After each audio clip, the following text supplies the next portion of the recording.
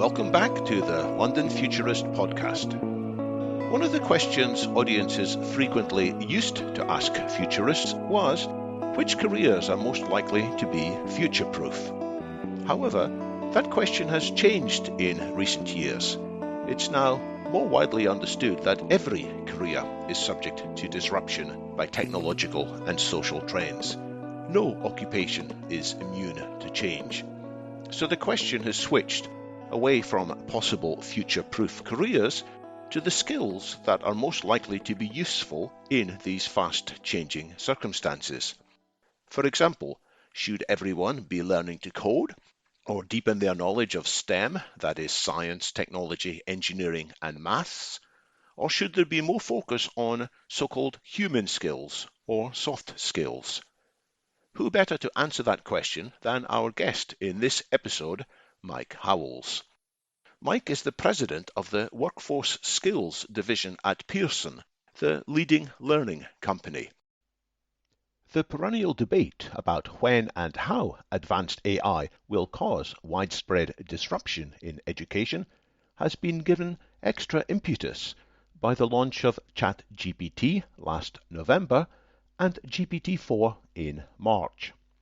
Pearson, a venerable British company which has gone through various incarnations, is one of the companies at the sharp end of this debate about the changing role of technology in education. The share price of several of these companies suffered a temporary setback recently due to a perception that GPT technology would replace many of their services.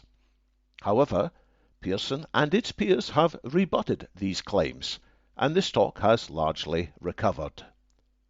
Indeed, with what could be viewed as considerable prescience, Pearson carried out a major piece of research before ChatGPT was launched to identify which skills employers are prioritizing for their new hires, new employees who will be in their stride in 2026, 3 years from now. Mike, welcome to the London Futurist podcast. Thanks very much for having me. It's great to be here. Thanks for coming on the show, Mike. Mike, before we look into the results of this recent survey, what would you like our listeners to know about your background? I think all I would say about my background is that at no point examining it would you deduce any particular plan, because I didn't have one. I think like most people, I've had ideas about things that I was passionate about and wanted to do. I've been lucky to have lots of opportunities to pursue those in different ways. But ultimately, the path that I've taken through life has been just as much about the world around me as it has been about me and my desires and ambitions. What I read into that is that ultimately, you just need to be able to adapt. You need to be able to know yourself. You need to be able to know the world you're in. And you need to be able to make ideally informed choices about what's the right thing for you. I've been very lucky to do that. One thing I would call out is just I've spent quite a bit of time in both the public sector and the private sector. Shocker, those two worlds are nowhere near as different as most people think that they are, particularly in the UK. I've worked in America quite a lot, and I don't think in America they have quite the same sense of there being a chasm between the nature of work in those two worlds. I think in the UK we've got this in our minds that they're totally different and the skills required for success are totally different. My experience has been that's just not true. There's far more similarities between the two. Actually, skills are transferable between the two. And I think it would be great if a lot more people seized that opportunity. You spent quite a lot of time in the Foreign Office, didn't you? That's not something you just fall into by accident. You have to make quite an effort to get into the Foreign Office, I would have thought. There are various ways of joining the Foreign Office. There's a graduate recruitment scheme, which is quite well known. And that puts you through a very extensive series of assessments, aptitude tests, personality tests, and so on. What's interesting about that, it's pretty agnostic about what you've done before. They don't mind what degree you've got, for example. They don't mind what career experience you have. It's really about who you are as a person and what your potential is and what kind of a fit you have to the nature of the roles that they have and the challenges that you're going to face. And I always felt that was pretty visionary, actually, that the focus was on understanding that the real value in that organisation was its people. And what you really needed to understand was the potential of people and invest in that value. I actually do think that's something that the public sector in the UK is really good at. They're really good at assessing and understanding the value of their people. So we're already touching in several ways on skills that are most important from our own personal reflections and your personal reflections. But I gather that your survey has dug a lot wider. Mm-hmm. So how did you get the information that's included in this survey? Like most technology companies in the world, of course, we have lots of artificial intelligence and machine learning tools available to us. We're trying to make the power of those tools available to people. And what we did was analyze 21 million job ads around the world and then ran our machine learning algorithms over that data to assess and extract what we thought was the most potent data about demand for skills today. And then secondly, what we did was run it through our modeling. So we have lots of very advanced data models that are formulating the ways in which technology, for example, will change the way that people will need to work over the next few years. So we looked at the world today and we looked at the world in the future, and we found a very clear conclusion, which is that although in certain roles, obviously certain types of hard and particular technology skills are absolutely vital, and although on the whole, in a technology-enabled world, and we all live and work in a technology-enabled world, some core digital and technology skills are table stakes, essentially. The reality is that most in-demand skills today and in the future are all human skills. I think that's really, really interesting and encouraging for a lot of reasons. Personally, I take the view that one of the positive benefits of automation and augmentation of work, and remember, of course, we've come out of a period, in many ways we're still in a period, where people are worrying about how those technologies are going to remove traditional roles from the labour market and put people out of work. But one of the positive side effects, one of the positive corollaries of it is that the unique role that people play in work, as opposed to what machines can do, is becoming clearer. And it's not just becoming clearer, it's becoming more valuable. Because what people can do that machines can't is, by definition, the more complex, the more valuable, the tougher set of tasks. So we've now got a much clearer understanding out there in the world of the value that people bring in work in any organisation. So the report was put together by analysing data rather than by interviewing people, because it reads quite a lot as if you spoke to a lot of people and got their views about what skills they needed. Yeah, so we have a second round of information that's coming out, which is based on some polling we did of about 4,000 workers around the world to ask them what their insights were anecdotally about how to succeed in the job market today. And it painted a very similar picture, actually. People realise that communication skills, collaboration skills, critical thinking, leadership, these are all skills that they feel they need to know how to show and demonstrate. They obviously need to be able to apply them in work, but in particular, they're keen to be able to give evidence that they have those capabilities. So what the data tells us and what surveying real humans tells us is a very complementary story. And which are the human skills that turned up top of the list? We call these power skills, by the way. So the top 5 power skills of today are communication, customer service, leadership, attention to detail, and collaboration. And if you will permit me, the top 5 in 2026, there's some overlap, are collaboration, customer focus, personal learning and mastery, which I think is a really interesting one I'd like to talk about a little bit, achievement focus, and cultural and social intelligence. When you look at all of those together, I think what it tells you is that these are the skills that people need in order to be successful working together with other people, recognizing that teams and groups and organizations are going to continue to be a big part of work. It's not all going to be algorithms and machine learning. The ability of people to be effective in work individually through the contribution they make and through their ability to work productively and effectively in groups and in teams with others, I think is a really important theme that comes through here. So if collaboration is such an important skill, I don't remember any university offering a BSc in collaboration. How do people gain that skill? There's a great question, David. Actually, if you take a step back, what is quite clear is that a lot of existing learning services, a lot of existing qualifications don't explicitly focus on skills.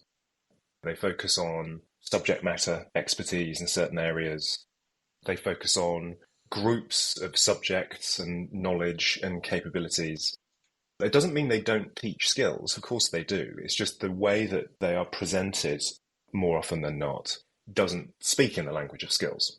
So it's actually quite hard, to your point, to identify which courses out there are really good at teaching collaboration. The reality is that lots of courses are.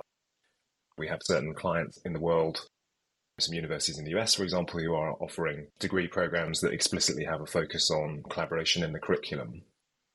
So there is increasingly a focus on being able to talk about the skills that any particular qualification might give you.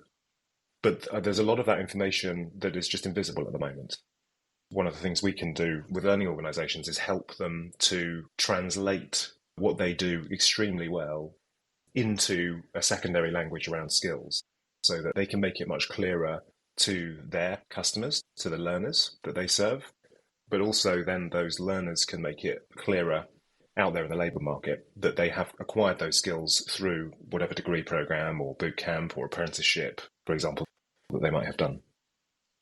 So a lot of the things you're describing as skills, the collaboration, leadership, I don't know as if you mentioned innovation, but that would be another one.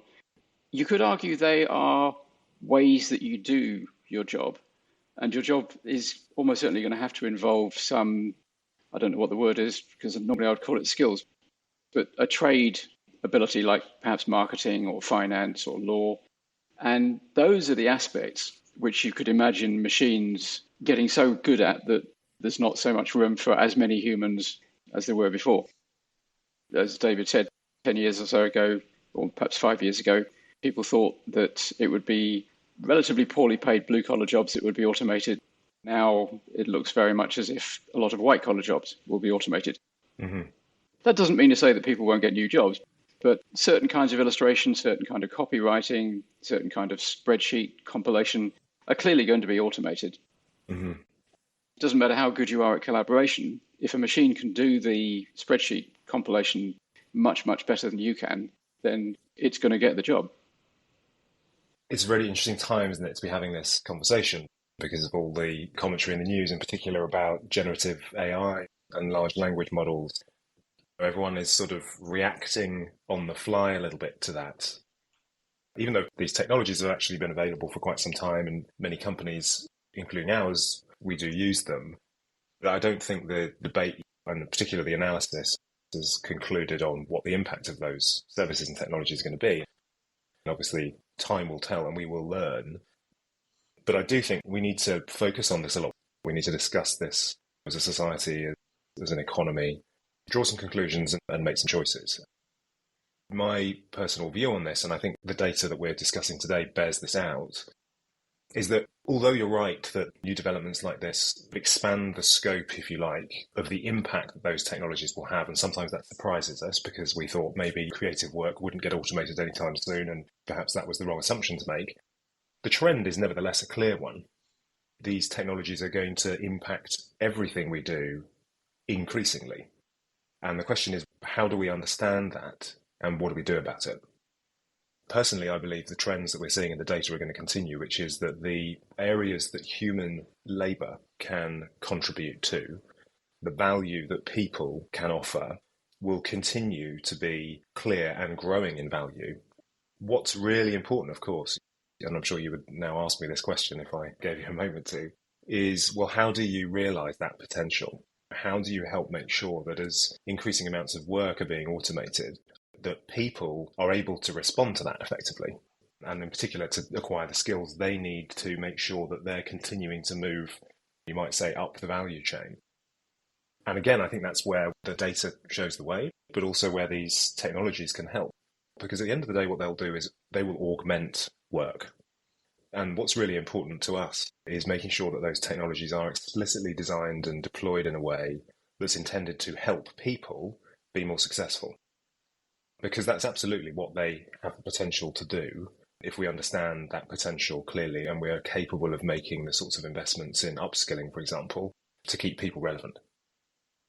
Well, I think you're clearly in the right business. What automation has always done in the past is it has automated people out of work, but people have gone on to get other jobs. Otherwise, if that wasn't the case, we'd all be unemployed now. That will continue until we get to the point where machines can do almost everything that we can do for money, and then we're all out of a job, and who knows how long that will be. It's going to be probably quite some time. But you're in a great position, because what's going to happen increasingly is people are going to have to retrain over and over again, and faster and faster. So you're absolutely in the right business. Yeah, and you may remember I mentioned personal learning and mastery as one of the key skills that we've identified as being in high demand in 2026, which I think speaks to that. I think there's an understanding that people need to take ownership, if you like, of their own skills and potential, their own human capital, you might argue. One of the things we talk about a lot in Pearson is that we need to personalize human capital. We need to make it something that's both human, as in relevant to you, personalized to you, focused on your value as a person, but also capital, measurable, leverageable, tradable, usable in your career. We do believe that these technologies will make that easier. We need to make the sorts of data insights available to people so that they can have mastery over their destiny that they are used to using in other walks of life, whether that might be entertainment or shopping or booking a holiday. It's a constant source of amazement to me that the quality of data insights and services that you have available to you when you're looking at ordering takeout or booking a holiday are actually better than the ones that are able to help you decide whether or not you should go into higher education or not. And if you do, what course should you do? What's the right one for you? What job, what company do you want to work for? We're almost blind more often than not when we make these choices by comparison with the rest of our lives where we're really well informed. And that just strikes me as long overdue for change. We'll be right back after a quick break. The People in Performance podcast offers insights into the strategic competencies, behaviors, and results needed to increase the performance of employees and leaders. The show looks at all areas of the world of work, including attraction and recruitment, onboarding, training, and succession planning. Tune in to get a better handle on the stages of workforce planning you need to master in order to guarantee long-term success in a rapidly changing world of work. New episodes drop each week. Check out the latest People in Performance episodes on your podcast platform of choice. Follow us on socials and read the latest articles at pppod.com. So how do we make some of this data more visible? For example, as an employer, I can imagine I'm looking for people who've got these skills, collaboration skills, personal learning and mastery. But how can I validate that a person has got these skills? Is there some accreditation that's possible? Or is it just a matter of talking to people who've already interacted with them in their previous roles and gaining confidence like that? Well, I think the truth is that there are multiple sources of data which we need to understand and make relevant to people. So just to give you 3 examples of how we approach this, the one that's most common is inferring skills, whether for a company that's looking to understand their workforce or an individual who's looking to translate their career history into the language of skills. We have, as do others in the market, but we believe we've got some particularly sophisticated versions of this, AI tools that can very rapidly infer skills from people's role history and the structure of an organization and the job hierarchies within it and so on and so forth. That's sort of the basic layer. The second area, which is much more valuable, is verified skills. Where do you actually have reliable data that can be trusted as a signal that a particular person or group of people or organization has got the skills that are required? What are the sources of verified skills? The obvious one is trusted credentials. We talked a bit about degrees. Understanding what degrees actually are a strong signal of is one area, but there's a huge array of options out there in the world for certifications and credentials now that are really targeted to specific areas of skill demand in work, which do produce very strong signals of verified skills in the form of credentials, which in Pearson services we have digitized so that that can form part of a skills profile for an individual. And then thirdly, specific assessments for individuals can help. For example, we talked when you asked me about joining the Foreign Office. What the Foreign Office did in an analogue way was put me through lots of very scientifically rigorous assessments to understand who I am and what my capabilities and strengths and weaknesses are. We have a range of very personalised, digital, high frequency, low friction ways of doing this so that you can generate additional data with a great degree of scientific rigour to give to an individual so that they can understand their strengths and interests and aptitudes and so on, but also so that you can provide those services in an aggregated level to organisations. So the data is there. There are multiple sources of it. What's important is the ability to access it and the ability to be able to categorise it so people understand the strength or weakness of any particular signal, and ultimately the ability to make it available and transparent for people to make decisions on the basis of. You mentioned that Pearson's a technology business. People certainly of my generation will remember Pearson as a publisher, a book publisher owning half the FT. Mm-hmm. And you've moved away from that very much and focused on the educational publishing. But you're going beyond educational publishing and becoming a general learning company. So a couple of questions about that. One is, are you going to be, for a good few years in the future, purely or largely a learning company, or are you going to get into other areas of technology?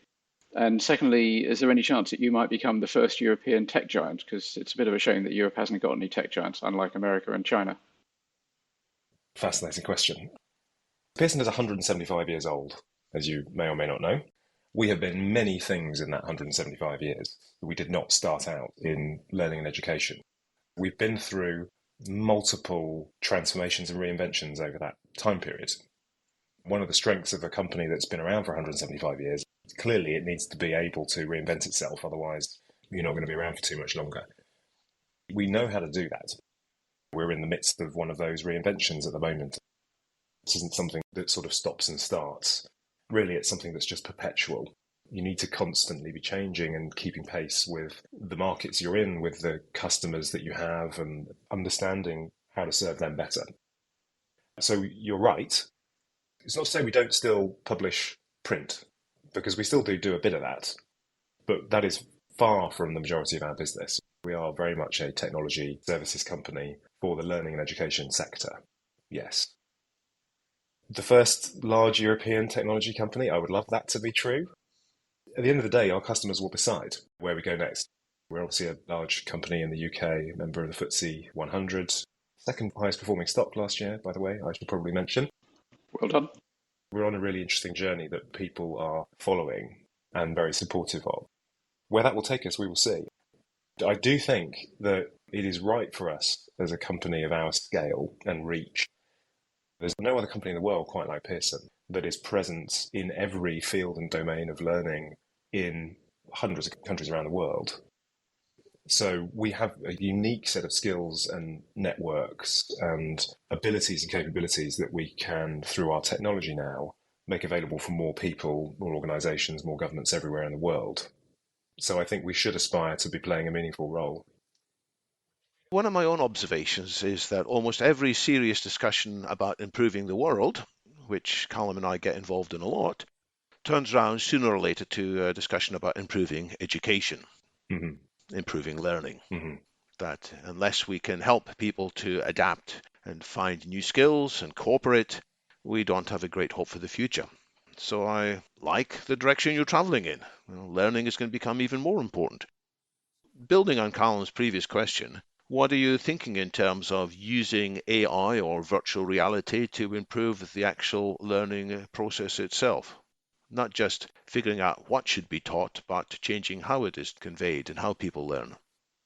We use a lot of AI in our services today, as almost all digital companies do, so that you can efficiently provide the right services to the right people at the right time. That will continue to be the case. There's obviously a very interesting debate at the moment about how institutional education should respond to services like large language models and DALL-E and ChatGPT and so on. We all know these are not technologies you can put back in the box.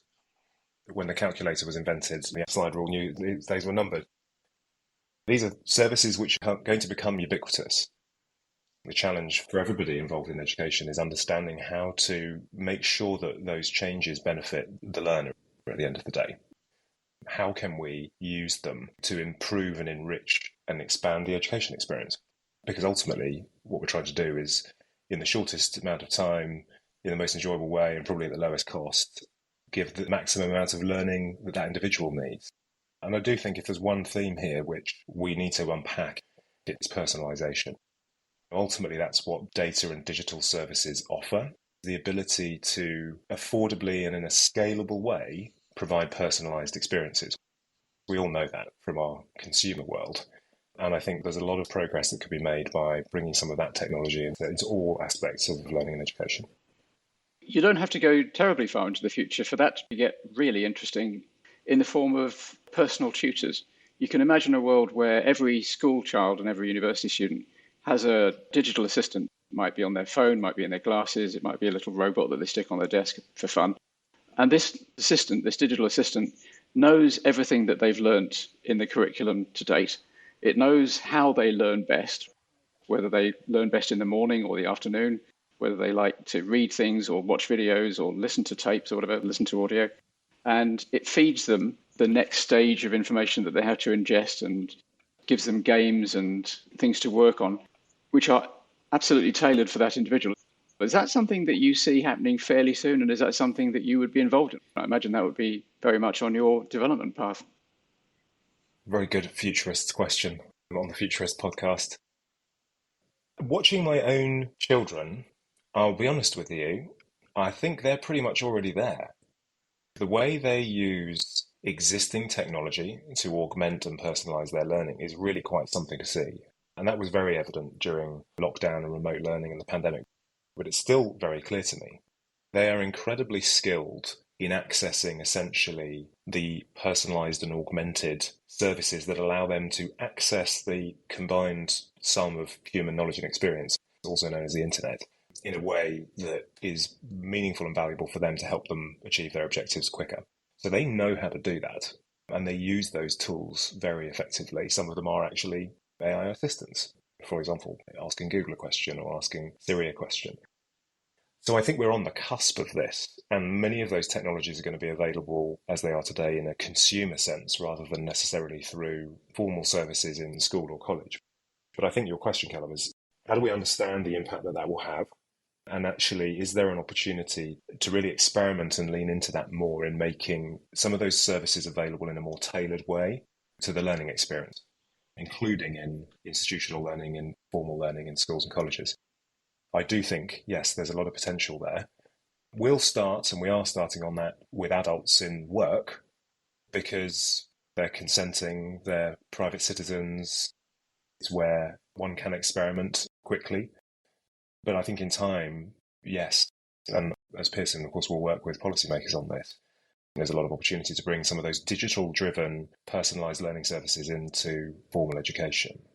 And we do have things today that are augmenting that experience and supporting teachers so that they can do their jobs effectively and so on. But there's huge potential there if we proceed in the right way. It's often said that personal tutors provide a great advantage to children. Of course, personal tutors have been expensive for most of history. But the possibility of these AI systems isn't just that it's going to feed information to people. It will be watching them. It will be taking part in quizzes with people. It will be figuring out which areas people don't understand as well as they thought they did. And it will be saying, well, because you struggle to understand this concept, how about looking at it in this entirely different way? I see lots of possibilities there. So I hope that there's something on your roadmap to include that as well, because I see potential to improve our understanding much more quickly than before. Yes, and I know you know this, of course. There are some very important questions around privacy, security, consent, as well as the efficacy questions around how to provide the most valuable learning, most impactful learning experience for children and students and learners everywhere. We're not going to be able to figure out the right answers to those questions unless we devote the time and attention needed to working on it and thinking it through. But I agree with you fundamentally. The potential to provide very affordable personalised services like that to everybody so that It's no longer the preserve of those who've got the financial opportunity to access that kind of upgraded experience. Is one of the most exciting things about this journey. Yeah. And ultimately, what we're focused on is a catchphrase we use internally, which is, it's not about what you've done, it's about what you can do. The reason why we find that very motivating is because when you look at these problems from the vantage point of our business, which is professional skills for working age adults, by that point, most people, they're partway through their lives. They might be in their 20s, 30s, 40s and onwards. They are where they are because of the opportunities or the lack of opportunities they've had in the past.